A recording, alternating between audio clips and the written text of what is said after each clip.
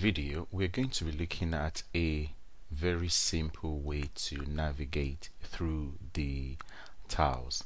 So for example, I'm actually using like I told you about 2 or 3 times, I'm using this on my MacBook, so which means I have a trackpad, so it's very easy for me to just swipe on my trackpad with 2 fingers to go left or right. It's actually very easy. So, and I think Microsoft has provided us with a very nice driver to make this happen.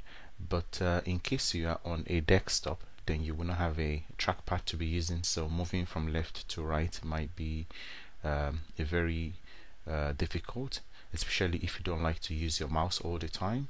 If you don't like to use your mouse all the time, the simple way is it's very obvious here, is to drag the scroll bar at the bottom from left to right.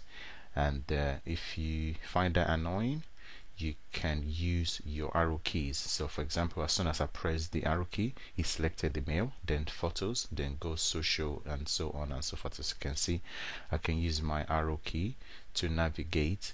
So when pressing the arrow key will go up and down, but this might not be the most convenient way, because for example, if you if you haven't selected anything, for example, if you want to select the store with the arrow key, you can imagine it's going to take us some time to actually get to it. So this is not the most convenient way to do it. Also, if you want to jump from the first tile to the last tile, you can use your home key and the end key on the keyboard. So pressing the home key and the end key jumps between the two sides. As you can see, I'm pressing the home and the end key on my keyboard now, and I can jump from one end to the other.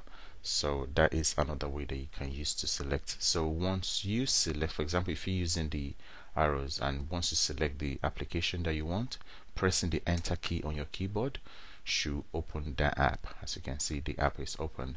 It might take some time for this app to open because I restarted my computer.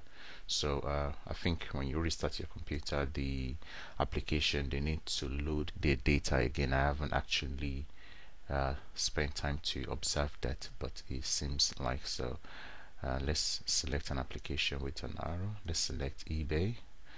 We've used eBay a couple of times, so some of these application, Microsoft should find a way to make this application show their last data, because waiting for this long for information to be shown is not really cool. We're just staring at the white. See, it takes a long time for things to show up, which is not it's not cool. So as you can see, Microsoft needs to sort that one out. And that's one of the reasons why I like the when I was using a Windows phone, that's one of the first problem I realized, because when I was using Android or iPhone, I realized that if I open an app, before the app that I open display the current information, they would display the previous information, and then they will be loading the data in the background.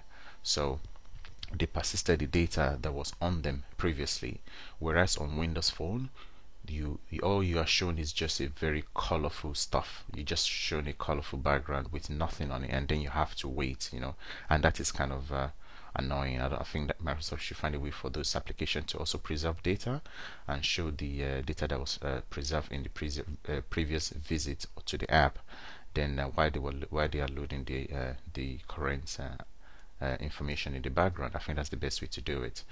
Anyway, this is how you to navigate your computer using the keys on your keyboard. I hope you find that useful. Thank you.